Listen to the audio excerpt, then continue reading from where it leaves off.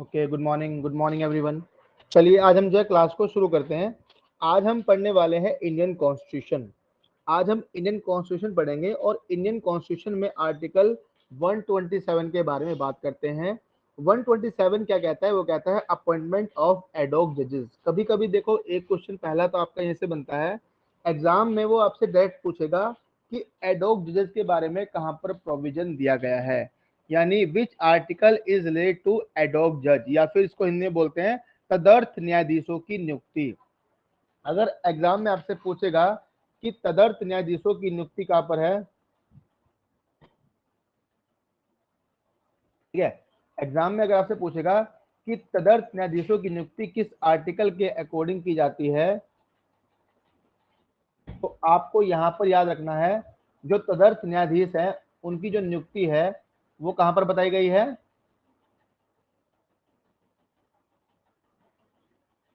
वो आपकी बताई गई है आर्टिकल 127 में। अभी जो आर्टिकल 127 है ये क्या कहता है, इसके बारे में हम बात करते हैं। ये कहता है कि एक बात और पहले मैं आपको बता दूं कि जो तदर्थ न्यायाधीश होते हैं ये क्या होता है। देखो, तदर्थ न्यायाधीश एक ऐसे न्यायाधीश होता है जिनको एडोक किया जाता है, जिनको ऐड किया जाता है। यानी कब? ये एक, मान लो ये एक जो है सडनली की जो है अचानक की प्रक्रिया है जिसमें ऐसा किया जाता है। अब देखो आर्टिकल 127 क्या कहता है, ये कहता है यदि किसी उच्चतम न्यायालय के सत्र को आयोजित करने या चालू रखने के लिए उस न्यायालय के न्यायाधीशों की गणपूर्ति प्राप्त ना हो। इट मीन्स कहने का मतलब यह है कि अगर मान लो उच्चतम न्यायालय को क्या करना है, उच्चतम न्यायालय को कोई गणपूर्ति करनी है, कोई कार्य करना है, और उस गणपूर्ति के लिए, उस कार्य के लिए क्या हो, उच्चतम न्यायालय के न्यायाधीश पूरे ना हो, यानी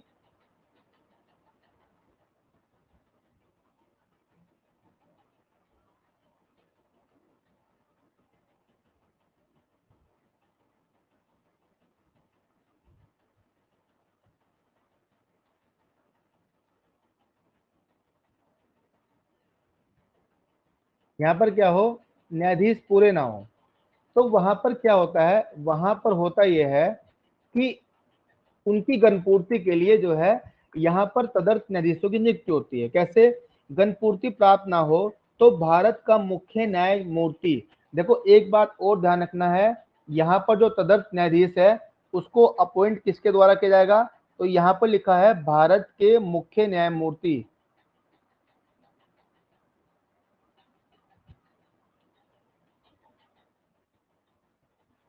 तो भारत का मुख्य न्यायमूर्ति है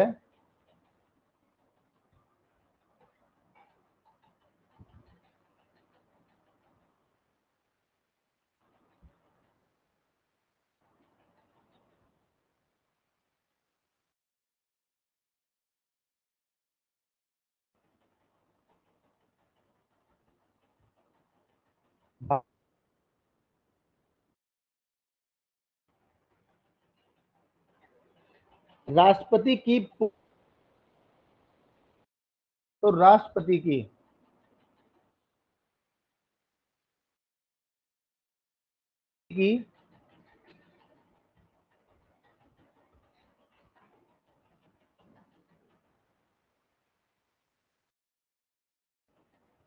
राष्ट्रपति की से से परामर्श करने के पश्चात किसी उच्च न्यायालय के किसी ऐसे न्यायाधीश से जो उच्चतम न्यायालय का न्यायाधीश नियुक्त होने के लिए जिसे भारत का मुख्य न्यायमूर्ति नामोदिष्ट करे, न्यायालय की बैठक में उतनी अवधि के लिए जितनी आवश्यक हो तदर्थ न्यायाधीशों के रूप में उपस्थित रहने के लिए लिखित रूप से अनुरोध कर सकेगा।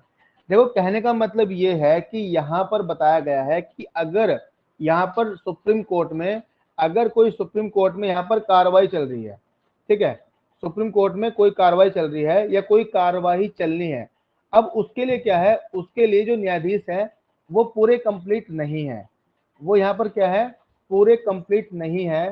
तो यहाँ पर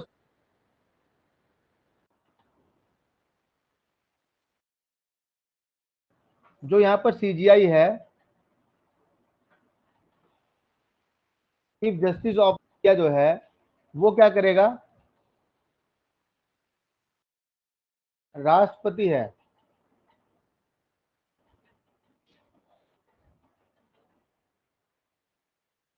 कि भाई मुझे जो है एक जज की जरूरत है या कितने भी जज है, तदर्थ न्यायाधीश चाहिए, तो उसके लिए क्या होगा, उसके लिए फिर हाई कोर्ट का कोई ऐसा जज, ठीक है, हाई कोर्ट न्यायाधीश बनने की एलिजिबिलिटी रख, न्यायाधीश बनने की एलिजिबिलिटी रखता हो, योग्यता, उस व्यक्ति को जो है, उस व्यक्ति को सुप्रीम कोर्ट का जज अपॉइंट किया जा सकता है। अब एक क्वेश्चन ये आता है कि ऐसा जज जो है कितनी अवधि तक जो है सुप्रीम कोर्ट का जज के रूप में, पर लिखा हुआ जितनी आवश्यक हो। अब यहाँ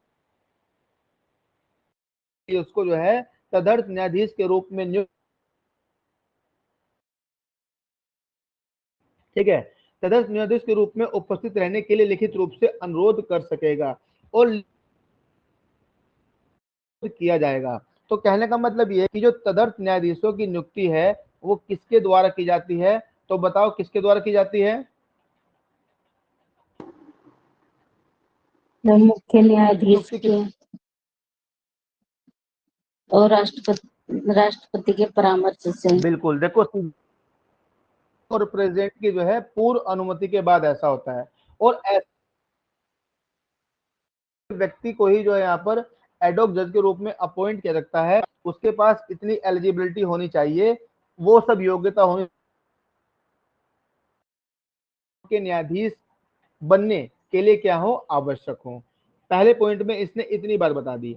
दूसरा कहता है इस प्रकार नामोदिष्ट न्यायाधीश का कर्तव्य होगा कि वह अपने पद के अन्य कर्तव्यों पर पूर्वता देकर उस समय और उस अवधि के लिए जिसके लिए उसकी उपस्थिति अपेक्षित है उच्चतम न्यायालय की बैठक में उपस्थित हो, और जब वह इस प्रकार उपस्थित होता है तब उसको उच्चतम न्यायालय के न्यायाधीश की सभी अधिकारता, शक्तियां और विशेषाधिकार होंगे और वह उक्त न्यायाधीश के कर्तव्यों का निर्वहन करेगा। कहने का मतलब यह है कि जब इस प्रकार किसी व्यक्ति को जो है सुप्रीम कोर्ट का जज नियुक्त कर लिया जाता है, तो नियुक्ति उसको जो है इस कार्य के लिए बुलाया जाएगा, तो वो क्या करेगा, अपने इस काम को, यानी न्यायाधीश बनने के बाद जो है अपने कर्तव्य, अपने पद का निर्वहन करते हुए कर्तव्य करेगा, और जिस समय वो हाई सुप्रीम कोर्ट के जज के रूप में कार्य करेगा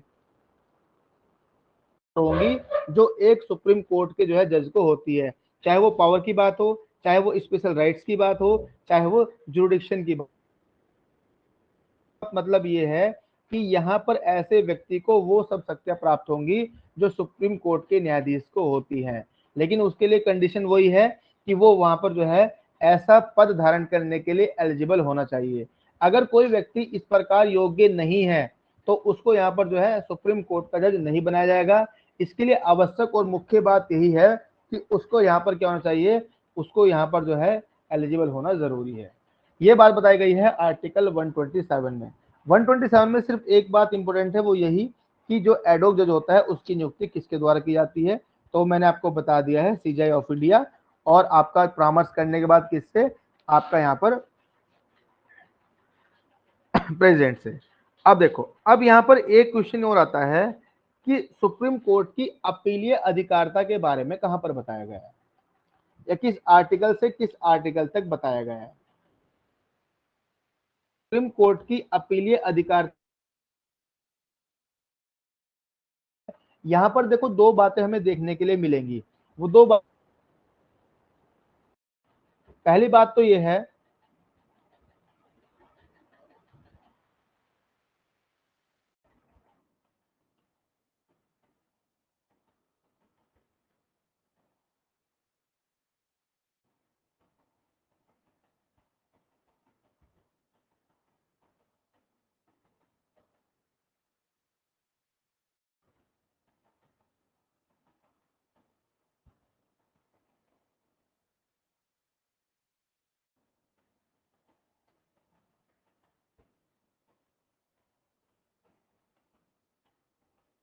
देखो सर्वोच्च न्यायालय की अपीलीय अधिकारता कहां से कहां तक बताई गई है, तो आपको याद रखना है इसकी जो अधिकारता के बारे में बताया गया है,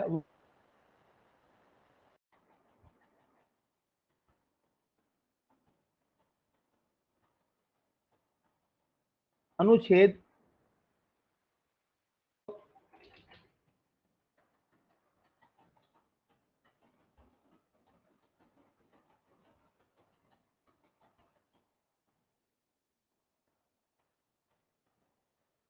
अनुच्छेद 132 से लेकर जो है आपका अनुच्छेद 134 लिख लो, एग्जाम के पॉइंट ऑफ व्यू से इंपॉर्टेंट है। आर्टिकल 132 से लेकर जो है आपका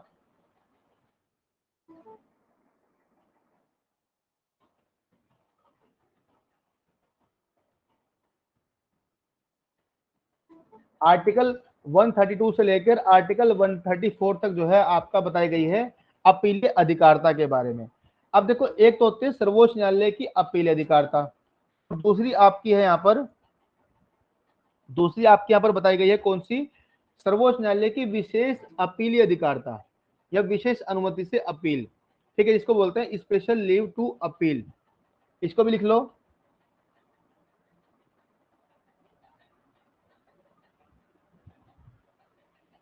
इसको बोलते हैं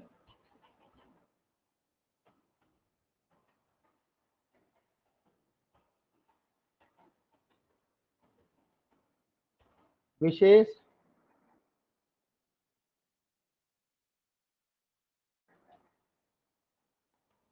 अपील। ठीक है, विशेष अनुमति से जो अपील है ये कहां पर बताई गई है, इसको लिख लो, आर्टिकल 136 136 में, यानी स्पेशल लीव अपील बोलते हैं इसको। पॉइंट आपके लिए आते हैं तो आपको दोनों याद रखने हैं। सर्वोच्च न्यायालय की अपीलीय अधिकारता के बारे में कहां पर बताया गया है, तो अपीलीय अधिकारता के बारे में आपका बताया गया आपका 132 से लेकर जो है 134 तक। उसके बाद विशेष अनुमति से अपील के बारे में कहां पर बताया गया है, तो इसके बारे में आपका बताया गया है आपका 136 में। अब 132 से लेकर जो 134 तक की रेंज है, इसमें विशेष अपील तो बताई गई है, सॉरी अपील के बारे में तो बताया गया है, लेकिन यहाँ पर कौन कौन सी अपील सुनने की जो है अधिकारता है, इसके बारे में भी एक बार हम इसको देख लेते हैं, इसको चेक कर लेते हैं। देखो, सबसे पहले आर्टिकल आता है 132। आर्टिकल 132 का कहता है, इसके बारे में बात करते हैं।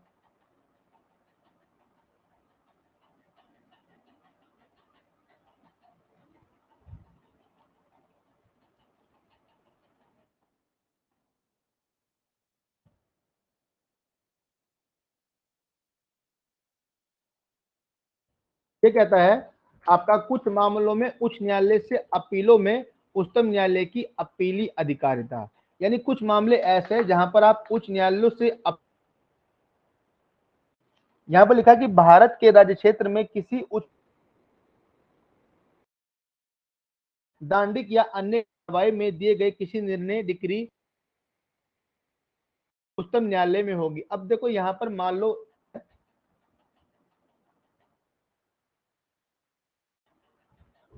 लो हाई कोर्ट में कोई अपील हुई, ठीक है, हाई कोर्ट में लोअर कोर्ट से कोई अपील हुई और वहां पर हाई कोर्ट के द्वारा जजमेंट दिया गया, लेकिन आप उस हाई कोर्ट के जजमेंट से सेटिस्फाइड नहीं हो, तो उसके लिए आप बताओ हाई कोर्ट का कहां पर अपील करोगे, सुप्रीम कोर्ट में। सुप्रीम कोर्ट करोगे, सुप्रीम कोर्ट। बिल्कुल बिल्कुल। तो यहाँ पर जो आर्टिकल आपका है, जो आर्टिकल यहाँ पर 132 है, वो यही बात कह रहा है, वो कह रहा है कि भाई ऐसा निर्णय दिया है जो क्या है, चाहे वो सिविल मामले में हो चाहे वो दांडिक मामले में हो, हाईकोर्ट के द्वारा कोई निर्णय दिया गया है और उस निर्णय से आप सेटिस्फाइड नहीं हो और आपको जो है उस निर्णय के विषय में क्या करनी है, उस निर्णय के विषय में अपील करनी, वो आप जो है हाई कोर्ट कहां पर करोगे, सुप्रीम कोर्ट में करोगे, पहली बात। दूसरा कहता है कि चाहे वो सिविल हो चाहे वो दांडिक हो या फिर जो है कोई अन्य कार्रवाई हो, इट मीन चाहे तो वो आपकी जो है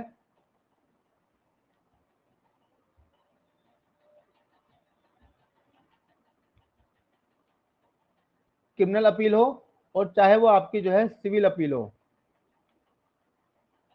या फिर जो है इसके अलावा कोई अदर जो है प्रोसीडिंग हो जिसके बारे में आपको अपील करनी है, तो वो सब अपील जो होंगी हाई कोर्ट की वो सुप्रीम कोर्ट में ही होंगी। ये बात, यदि वह उच्च न्यायालय अनुच्छेद 134 एक के अधीन प्रमाणित कर देता है कि उस मामले में इस संविधान के निर्वचन के बारे में विधि का कोई सारवान प्रश्न अंतर्लित है। देखो यहाँ पर क्या कहा गया है कि अगर 134 के अंदर अगर जो है 101 आर्टिकल है 134 ए, यहाँ पर अगर ये बात प्रूव कर दी जाती है कि विधि का कोई ऐसा सारवान प्रश्न है जिसके संबंध में कोई जो है कोई प्रश्न अंतरित है, तो भी यहाँ पर क्या होगा, तो भी यहाँ पर कोर्ट में होगी। अच्छा, मैं एक एक बात आपको बता रहा था यहाँ पर कि विधि का सारवान प्रश्न का मतलब क्या होता है, पता किसी को?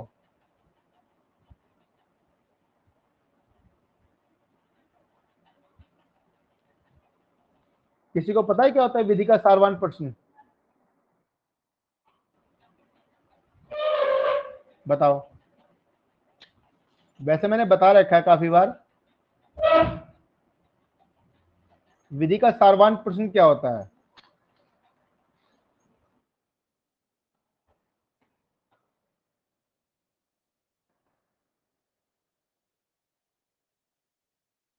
नहीं पता किसी को?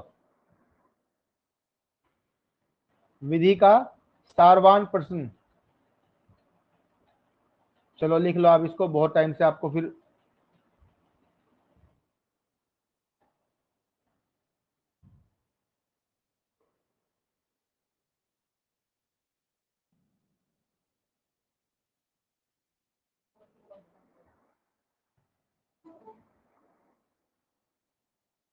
विधि का सारवान प्रश्न क्या मतलब है इसका, देखो मैं आपको बताता हूं।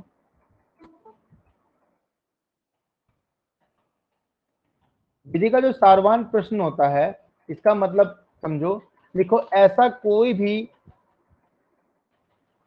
प्रश्न, लिखो ऐसा कोई भी प्रश्न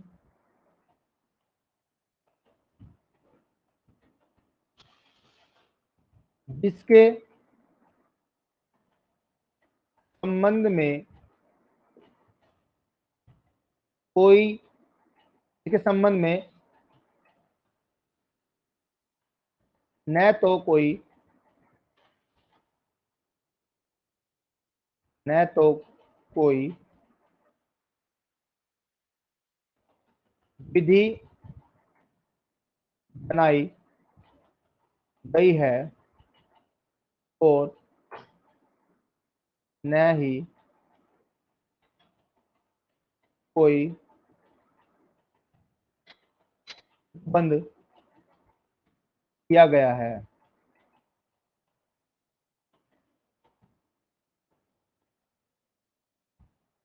ऐसे प्रश्न को विधि का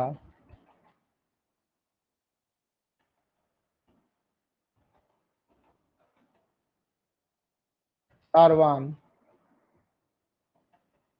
प्रश्न कहा जाता है। देखो, अब यहां पर याद रखना, जो विधि का सारवान प्रश्न होता है इसका मतलब क्या होता है, ठीक है। विधि का सारवान प्रश्न ऐसा प्रश्न होता है जिसके संबंध में क्या है, ऐसा कोई प्रश्न जिसके संबंध में न तो कोई विधि बनाई गई है और न ही कोई उपबंध किया गया है, तो ऐसे प्रश्न को विधि का सारवान प्रश्न कहते हैं। अगर एग्जाम में आपसे पूछेगा कि विधि का सारवान प्रश्न क्या होता है, तो अब आपको मैंने बता दिया है। तो यहाँ पर कोई अगर ऐसा प्रश्न है जिसके लिए कोई जो है उपबंध नहीं है, तो उसके लिए यहाँ पर सुप्रीम कोर्ट को पावर दी गई है कि वो ऐसे प्रश्न को डिसाइड कर सकता है और डिसाइड करके जो है उसको नीचे भेज सकता है। जैसे हम पढ़ते हैं ना, रिवीजन पढ़ते हैं कि भाई रेफरेंस पढ़ते हैं, सॉरी रेफरेंस पढ़ते हैं, रेफरेंस में हम जो है क्या करते हैं, हम सुप्रीम कोर्ट का रेफरेंस देते हैं या हाई कोर्ट का रेफरेंस देते हैं। सेम वही कंडीशन यहाँ पर अप्लाई है कि मान लो कोई एग्जाम्पल के लिए हम लेते हैं कि मान लो कोई एक प्रॉब्लम आ गई, ठीक है, कोई एक प्रॉब्लम आ गई किसी केस में जिसके संबंध में क्या है, कहीं पर भी कोई जो है प्रोविजन नहीं बताया गया है, जिसके बारे में कोई भी अब मान लो हमें उस प्रोविजन को या उस प्रॉब्लम को सॉल्व करना है। अब हम अपनी मर्जी से तो यहाँ पर जो है निर्णय दे नहीं सकते और हमें समझ भी नहीं आ रहा कि भाई इसका निर्णय देना कैसे है, तो हम क्या करते हैं, हम यहाँ पर जो है इसको रेफर कर देंगे किसके पास, हाई कोर्ट या सुप्रीम कोर्ट के पास। यहाँ पर बात हाई कोर्ट की नहीं हो रही, यहाँ पर सुप्रीम कोर्ट की हो रही, तो हम इसकी बात करते हैं। तो जब हम ऐसे निर्णय को, ऐसे विषय को सुप्रीम कोर्ट के पास भेज देते हैं, तो सुप्रीम कोर्ट क्या करता है, ऐसे विषय को सॉल्व करके, ऐसे जो है विषय में कोई अगर मुद्दा होता है उसको सॉल्व करके वापस उस कोर्ट को भेज देगा कि लो भाई तुमने जो क्वेश्चन हमसे पूछा था इसको हमने क्लियर कर दिया है। और फिर वो व्यक्ति क्या करता है, फिर जो वो कोर्ट है वो क्या करता है, वो हाई सुप्रीम कोर्ट का रेफरेंस देके उस जो है निर्णय को सुनाता है। एग्जाम्पल के लिए जैसे मान लो आपको कोई प्रॉब्लम आती है, आपको किसी क्वेश्चन में कोई प्रॉब्लम आती है, तो आप उस क्वेश्चन को किससे पूछोगे, बताओ। आप किससे पूछोगे, तो मुझसे आपसे पूछोगे, मुझसे पूछोगे। अब जब आप मुझसे पूछोगे और मुझसे पूछकर किसी को बताओगे, तो वो कहेगा भाई तुम्हें किसने बताया, तुम बताओ तुम्हें किसने बताई ये बात, तो तुम वहां पर मेरा रेफरेंस दोगे कि हमने जो है हमारे सर हैं जो कोचिंग में पढ़ाते हैं उनसे इस बारे में पूछा है। तो यहाँ पर भी सेम यही कंडीशन अप्लाई हो रही है। तो यहाँ पर जो है वो रेफरेंस देते हैं फिर सुप्रीम कोर्ट का। तो विधि का सारवान प्रश्न मैं आपको यहाँ पर बता रहा था, तो विधि का सारवान प्रश्न आपको पता लग गया। अब जो है कैसा जो है सारवान प्रश्न होता है कि उस मामले में इस संविधान के निर्वचन के बारे में विधि का कोई सारवान प्रश्न अंतर्निहित है, तो यहाँ पर वो लिख कर देगा और लिख कर देने के बाद जो है उससे पता किया जाएगा। इतनी बात सबको क्लियर है, बताओ जरा। ठीक है, अब देखो, अब यहाँ पर नेक्स्ट चलते हैं आपका जो है क्लोज थर्ड में। ये कहता है जहां ऐसा प्रमाण पत्र दे दिया गया है वहां उस मामले में कोई न्यायालय में अपील कर सकेगा कि पूर्वोक्त किसी प्रश्न का विनिश्चय गलत किया गया है। देखो एक बात और इंपॉर्टेंट है, यहाँ पर जो है इसके थर्ड क्लॉज में कहा गया है कि मान लो जहां पर कोई ऐसा प्रमाण पत्र दे दिया गया, कैसा, कि वहां उस मामले में कोई पक्षकार इस आधार पर उच्चतम न्यायालय में अपील कर सकेगा कि पूर्वोक्त किसी प्रश्न का विनिश्चय गलत किया गया है। मान लो कहीं पर जो है आपको ऐसा कोई प्रमाण पत्र दे दिया गया है कि आपको जो है अपील करने का राइट है, और होता ही है अपील करने का राइट हर मामले में होता है। जिन मामलों में आप अपील नहीं कर सकते उनमें आप रिवीजन फाइल करते हो या रिव्यू लेते हो। तो यहाँ पर क्या है, यहाँ पर आप जो लोअर कोर्ट है उसके जो है जो हाई कोर्ट है उसके जो है निर्णय से असंतुष्ट हो और आपके पास राइट है अपील का, तो आप ऐसी अपील को जो है सुप्रीम कोर्ट में फाइल कर सकते हो। लेकिन शर्त यही है कि आपके पास राइट होना चाहिए और जो हाई कोर्ट के द्वारा जजमेंट दिया गया है उससे आप क्या ना हो, उससे आप सेटिस्फाइड ना हुए हो। तो आर्टिकल 132 में केवल इतनी गई है कि सुप्रीम कोर्ट को पावर है वो सभी दांडिक, सिविल और अन्य कार्रवाई वाली अपीलों को सुन सकता है जो हाई कोर्ट के द्वारा डिसाइड की गई है। ठीक है, ये बात आपको यहाँ पर याद रखनी है। उसके बाद देखो यहाँ पर आता है आर्टिकल 133। 133 से पहले एक जो है स्पष्टीकरण दिया गया है, एक एक्सप्लेनेशन दी गई है। ये कहता है कि इस अनुच्छेद के प्रयोजन के लिए अंतिम आदेश पद के अंतर्गत ऐसे विवादक का विनिश्चय करने वाला आदेश है जो यदि अपीलार्थी के पक्ष में विनिश्चित किया जाता है तो उस मामले के अंतिम निपटारे के लिए पर्याप्त होगा। यानी कहने का मतलब ये है कि और अगर यहाँ पर जो है कोई ऐसा मामला है जिसमें कह दिया गया है कि ये क्या है, ये अंतिम आदेश है, ये अंतिम आदेश है, इसके आगे कोई अपील आप नहीं कर सकते हो, तो वहां उस मामले में आप जो है कोई आगे अपील नहीं, इसके लिए आपके पास पर्याप्त हेतु नहीं है। और जब उसने कह दिया सुप्रीम कोर्ट ने, हाई कोर्ट ने, कि ये आपका अंतिम आदेश है, इससे आगे कोई अपील नहीं करोगे, तो इट मीन्स आप उससे आगे कोई अपील नहीं कर सकते हो। ये बात आपको यहाँ पर याद रखनी है। अब देखो सेम इसी प्रकार 133 कहता है कि उच्च न्यायालयों से सिविल विषयों के संबंधित अपीलों में उच्चतम न्यायालय की अपील अधिकारता। जिस प्रकार हम ऊपर भी पढ़ के आए थे कि सिविल और दांडिक दोनों होता है, इसमें इन्होंने कुछ अलग नहीं किया। इसमें सिर्फ इन्होंने क्या कर दिया, यहाँ पर बताया है आर्टिकल 33 के अकॉर्डिंग कि सिविल मामलों में जो अपील होंगी वो आपका 133 में होंगी। एक क्वेश्चन और इंपोर्टेंट है एग्जाम के पॉइंट ऑफ व्यू से, जब हम सीपीसी पढ़ते हैं, सीपीसी में एक सेक्शन है, एक बार चेक करना नेट पर जरा, मेरे को कंफर्म नहीं हो रहा, 109 चेक करो जरा। सीपीसी में एक सेक्शन है 109, डालना भाई जरा आप में से कोई। सर 109 सुप्रीम कोर्ट में अपील होती है। बिल्कुल, देखो यहाँ पर जो है आपका 109 में पावर दी गई है सीपीसी में कि सिविल उच्चतम न्यायालय में कि सिविल मामलों की उच्चतम न्यायालय में अपील, ये दी गई है आपका 109 सीपीसी में। इसी के साथ साथ जो है एक जो है आर्टिकल और आप जो है इसमें लिख लो, रीड विद आपका आर्टिकल 133। यहाँ पर भी बताया गया है कि सिविल मामलों में जो होगा, सिविल मामलों में जो अपील होगी सुप्रीम कोर्ट में वो 133 के अकॉर्डिंग होगी। कभी कभी एग्जाम में आपसे पूछ लेगा कि सिविल मामलों की अपील उच्चतम न्यायालय में किस धारा या किस संविधान के अनुच्छेद के द्वारा होगी। तो आपको यहाँ पर दोनों याद रखनी है। सीपीसी में आपका 109 दी गई है और आपका एविडेंस सॉरी आपका जो है कॉन्स्टिट्यूशन में क्या दिया गया है 133 बताई गई है। इस बात को आपको यहाँ पर याद रखना है। ठीक है, सेम वही प्रोसीजर इसका 133 का, ज्यादा मिस कर ऊपर पड़ा, सेम वही है। बस आपको याद रखना है कि जो सिविल विषय होते हैं उससे संबंधित जो अपील होती है उच्चतम न्यायालय में वो आपकी 133 में होती है। उसका देखो 133 के बाद 134 आता है। इसमें कहता है दांडिक विषयों में उच्चतम न्यायालय की अपीली अधिकारिता। अब सेम जैसे हमने जो है यहाँ पर पढ़ा कि सिविल मामलों में तो 133 में होती है, ऐसे ही जो है 134 जो है वो आपकी दांडिक मामलों की बात करता है।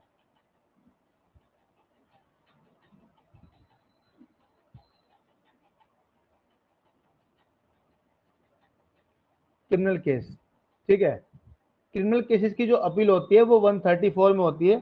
ये बात आपको यहाँ पर याद रखनी है। सेम वही चीजें यहाँ पर दोहराई गई हैं जो हम पीछे पढ़ के आए हैं, तो इसको भी मैं ज्यादा आपको नहीं पढ़ाऊंगा। ठीक है, इसमें भी सेम चीज है। आर्टिकल 134A मैं आपको ऑलरेडी पढ़ा चुका हूँ, तो इसके बारे में भी जानना आवश्यक नहीं है। अब यहाँ पर जो इंपोर्टेंट है वो है आपकी 136, अपील के लिए उच्चतम न्यायालय की विशेष इजाजत। देखो एक जो है एसएलपी होती है, ठीक है, इसको बोलते हैं स्पेशल लीव अपील। एसएलपी जो है आपकी इंपोर्टेंट है एग्जाम के पॉइंट ऑफ व्यू से। क्यों इंपोर्टेंट है? क्योंकि एग्जाम में डायरेक्टली पूछी जाती है कि उच्चतम न्यायालय में अपील के लिए जो है विशेष इजाजत के बारे में कहां पर बताया गया है। तो इसके बारे में जो है आर्टिकल 136 में बताया गया है, जो मैं आपको ऑलरेडी अभी बता रहा था। इसको आपको ध्यान रखनी है। हम पढ़ते हैं 136, स्पेशल लीव अपील, या जिसको बोलते हैं विशेष जो है अनुमति से उच्चतम न्यायालय में अपील। ये कहता है कि अनुच्छेद 136 के अधीन उच्चतम न्यायालय को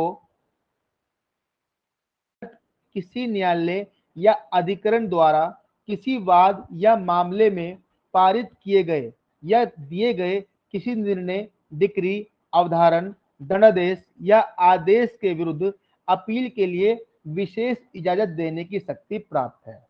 देखो इस जो अपील में ना थोड़ा सा जो है इन्होंने क्या किया है, इसमें थोड़ा सा डिफरेंट है, और डिफरेंट भी है और टेक्निकलिटी भी है। टेक्निकलिटी क्या है ये बताऊंगा और साथ में डिफरेंट क्या है ये भी बताऊंगा। अब तक जो हमने आर्टिकल पढ़े,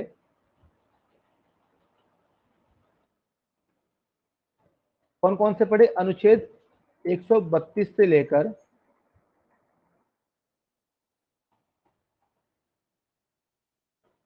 134 तक। इसमें क्या है, इसमें हमने पढ़ा कि जो अपील होती है वो सिविल मामले में अलग होती है, दंडिक मामलों में अलग होती है। लेकिन यहां पर अगर हम बात करें अनुच्छेद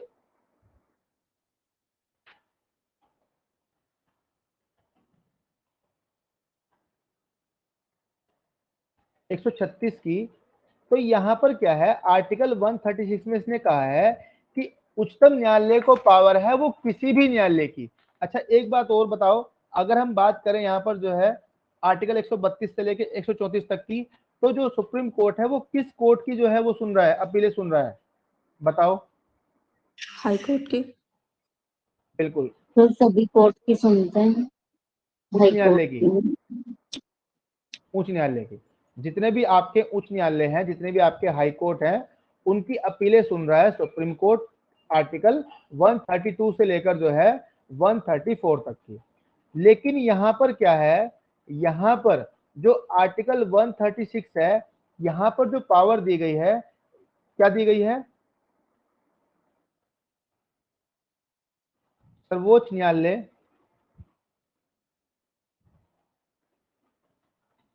किसी भी न्यायालय की अपील सुनने की अधिकारता रखता है। देखो यहाँ पर क्या है, एक बात इंपॉर्टेंट क्या है, यहाँ पर जो आपका ये जो आर्टिकल 136 है, ये सभी मामलों में जो है और किसी भी न्यायालय की अपील सुनने की अधिकारता रखता है। पहला डिफरेंस तो इसमें यही है, जो स्पेशल अपील होती है और जो हम अपील ऊपर पढ़ रहे हैं 134 से लेकर 132 से लेकर 134 तक की, इन दोनों में डिफरेंट क्या है कि 136 में हाई सुप्रीम कोर्ट को पावर है कि वो ऑल इंडिया के किसी भी न्यायालय की अपील डायरेक्टली सुन सकता है। लेकिन यहाँ पर जो आर्टिकल 132 से लेके 134 तक के प्रोविजन है, यहाँ पर जो अपीलें सुप्रीम कोर्ट सुन रहा है वो हाई कोर्ट से होकर जा रही हैं, पहली बात। अब इसने कहा है कि किसी न्यायालय या अधिकरण द्वारा किसी वाद में, अब यहाँ पर देखो न्यायालय की बात तो की गई है, न्यायालय के साथ साथ एक चीज और जोड़ दी गई है, वो क्या है, अधिकरण। अधिकरण जिसको जो है बोलते हैं ट्रिब्यूनल, जिसको जो है ट्रिब्यूनल बोलते हैं।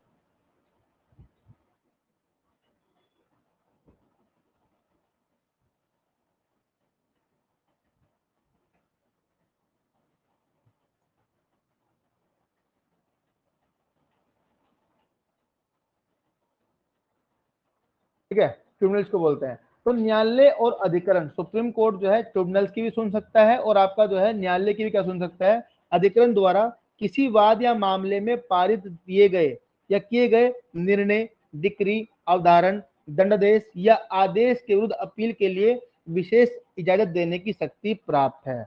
तो यहाँ पर देखो, आपका कोई भी कोर्ट हो, कोई भी ट्रिब्यूनल हो, उन सब के लिए आप जो है स्पेशल जो अपील है वो कहां पर कर सकते हो, सुप्रीम कोर्ट में कर सकते हो। लेकिन करो किस आर्टिकल के अकॉर्डिंग, आर्टिकल आपका जो है 136 के अकॉर्डिंग ही आप ऐसा कर सकते हो।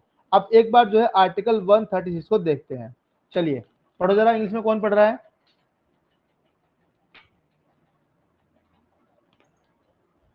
पढ़ो शिवांगी, आप पढ़ो। जी sir. Article 136. Special leave to appeal by the Supreme Court.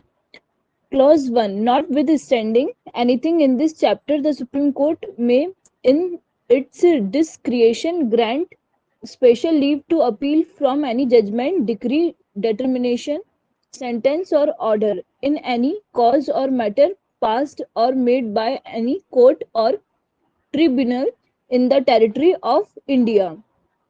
Clause 2. Nothing in clause देखो 1 shall देखो यहाँ पर apply क्या to है, any. अभी रुको रुको रुको रुको, अभी रुको।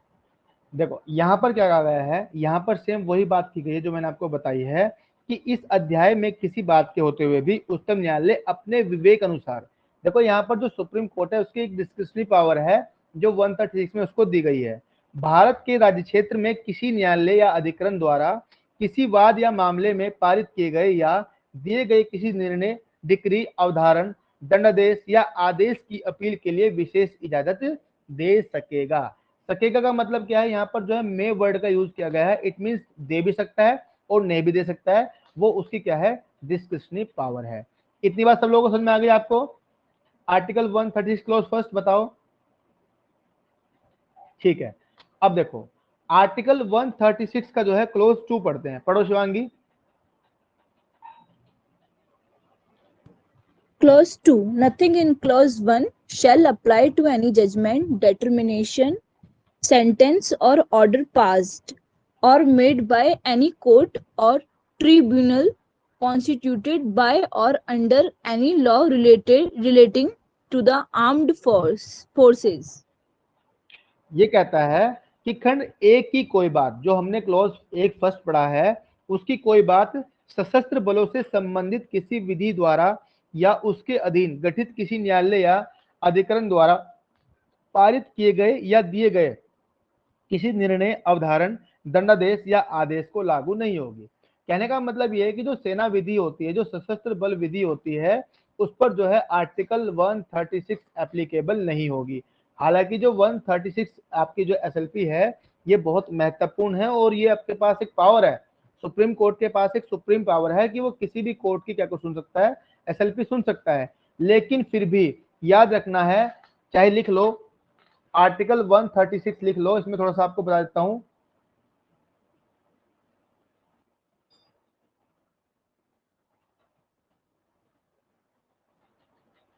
लिखो, यह है सेना विधि के निर्णय, आदेश,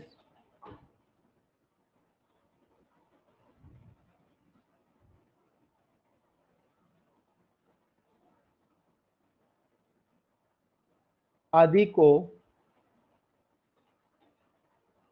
लागू नहीं होगी। एग्जाम में क्वेश्चन पूछेगा कि क्या आर्टिकल 136 की जो स्पेशल लीव अपील है सर्वोच्च न्यायालय की, वो सेना विधि के आदेश, दंडादेश या निर्णयों को भी लागू होगी? तो आपका आंसर होना चाहिए नहीं, ये उनको लागू नहीं होगी। ठीक है, ये बात आपको यहाँ पर याद रखनी है। देखो, यहाँ पर लिखा है कि इस अनुच्छेद की भाषा इतनी व्यापक है कि इसके अधीन किसी भी प्रकार के न्यायालय के अधिकार के किसी भी प्रकार के निर्णय आदि के विरुद्ध किसी भी आधार पर उच्चतम न्यायालय सुवेग से अपील स्वीकार कर सकता है। जैसे मैंने बताया कि जो आर्टिकल 136 है, इसकी जो जुडिक्शन है वो बहुत वॉइड है। अब वॉइड कैसे है कि ये किसी भी न्यायालय का कोई भी निर्णय जो है, किसी भी निर्णय के विरुद्ध अपील जो है सर्वोच्च न्यायालय में की जा सकती है। इसीलिए यदि कभी उच्चतम न्यायालय सुवेग से यह उचित समझे कि उच्च न्यायालय के किसी सिविल या दंडिक निर्णय के विरुद्ध अपील स्वीकार की जानी चाहिए, किंतु संबंधित उच्च न्यायालय अनुच्छेद 133 से 34 के अधीन आवश्यक प्रमाण पत्र देने से अस्वीकार कर दे, तो उच्चतम न्यायालय स्वयं अनुच्छेद 136 की शक्ति का प्रयोग करके अपील ग्रहण कर सकता है।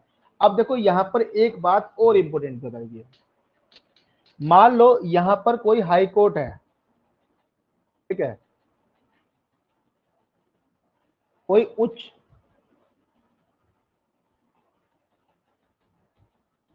न्यायालय है,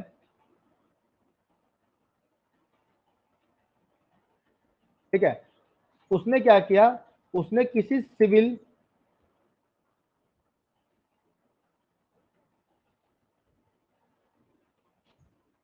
या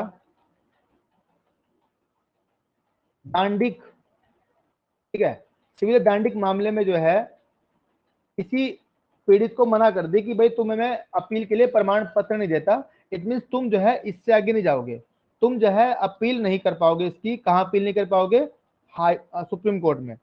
और तुम्हें मैं ऐसा प्रमाण पत्र नहीं देता जिसके ब्याह पर तुम अपील कर पाओगे। अब यहाँ पर क्या है, अब यहाँ पर देखो, जो पीड़ित है वो तो जा नहीं पाएगा सुप्रीम कोर्ट, क्योंकि उसके पास तो पावर ही नहीं बची। जब उसको मना कर दिया गया है कि भाई तुम जो है, ये तुम्हारा जो निर्णय है ये अंतिम है और इस निर्णय की क्या नहीं होगी, इस निर्णय की कोई अपील नहीं होगी। अब यहाँ पर जो उसके पास तो कुछ पावर बची नहीं, अब वो अपील कैसे करेगा? तो यहाँ पर सुप्रीम कोर्ट को जो है एक पावर दी गई है आर्टिकल 136 के अकॉर्डिंग, जिसमें वो कहा गया है कि वो अपनी शक्ति का प्रयोग करते हुए, भले ही जो है यहाँ पर उच्च न्यायालय ने उसको अपील के लिए प्रमाण पत्र नहीं दिया है, वो अपनी शक्ति का प्रयोग करते हुए ऐसी अपील को सुन सकेगा। इतनी बात आपको समझ में आ गई सबके? बताओ जरा। ठीक है, एग्जाम में आपसे पूछेगा क्वेश्चन वो कि बताओ कि अगर उच्च आपका हाई कोर्ट के द्वारा जो है अपील के लिए प्रमाण पत्र किसी व्यक्ति को नहीं दिया गया है, वादी को या प्रतिवादी को नहीं दिया गया है, तो क्या वो उच्चतम न्यायालय में, सुप्रीम कोर्ट में स्पेशल लीव अपील डाल सकता है? तो आपका आंसर क्या होगा बताओ? हाँ, यस और नो? डाल सकता है। सर डाल बिल्कुल सकते हैं। जा सकता है, क्योंकि यहाँ पर क्या है, यहाँ पर सुप्रीम कोर्ट की सुप्रीम पावर है जो आर्टिकल 136 में बताई गई है। फिर लिखा है, इसी प्रकार उच्चतम न्यायालय इस अनुच्छेद के अधीन अनेक ऐसे अधिकरणों से अपील ग्रहण कर सकता है जिन्हें स्थापित करने वाले अधिनियम में यह स्पष्ट रूप से कहा गया है कि उन अधिनियमों के द्वारा विनियमित विषय पर उनके द्वारा स्थापित अधिकरणों के निर्णय अंतिम होने तथा निर्णयों से किसी भी न्यायालय आदि के समक्ष कोई अपील नहीं होगी। अब यहाँ पर एक बात और इंपॉर्टेंट बताई गई है। मान लो कोई ट्रिब्यूनल है, कोई अधिकरण है,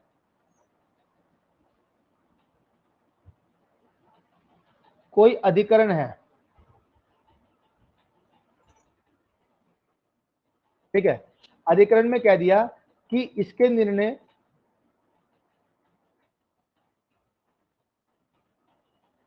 अंतिम होंगे, जिसकी कोई भी कार्यवाही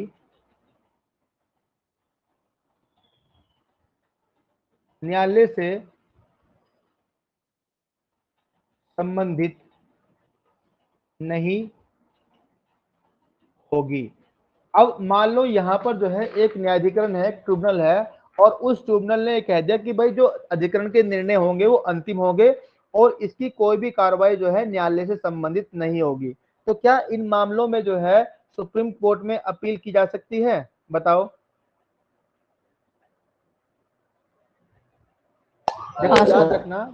याद रखना अगर कोई ऐसा ट्रिब्यूनल है जिसने कोई ऐसा जजमेंट दे दिया है जिससे आप सेटिस्फाइड नहीं हो, तो आप क्या कर सकते हो, आप सुप्रीम कोर्ट में जो है अपील कर सकते हो। नहीं किसने कहा अभी?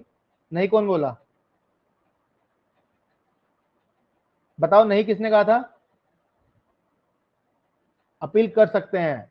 नहीं अपील कर सकते हैं, याद रखना हम इसके लिए अपील कर सकते हैं। अगर कोई अधिकरण भले ही इस बात को कह रहा है कि आप अपील नहीं कर सकते, तब भी हमारे पास पावर है, हम क्या कर सकते हैं, इसकी अपील कर सकते हैं। इसके लिए केस लो लिखो, एक केस लो लिखो, बहुत अच्छा केस है।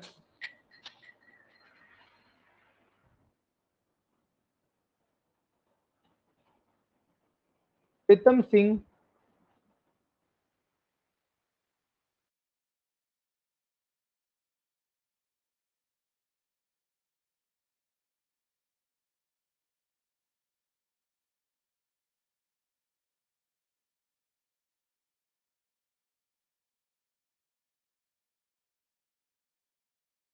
पुनर्वलोकन के बारे में बचा हुआ है, जो मैं आपको जो है बताऊंगा इसके बाद में। चलिए फिर आज इतने पढ़ते हैं, बाकी फिर मिलते हैं नेक्स्ट क्लास में। तब तक के लिए good bye, have a nice day.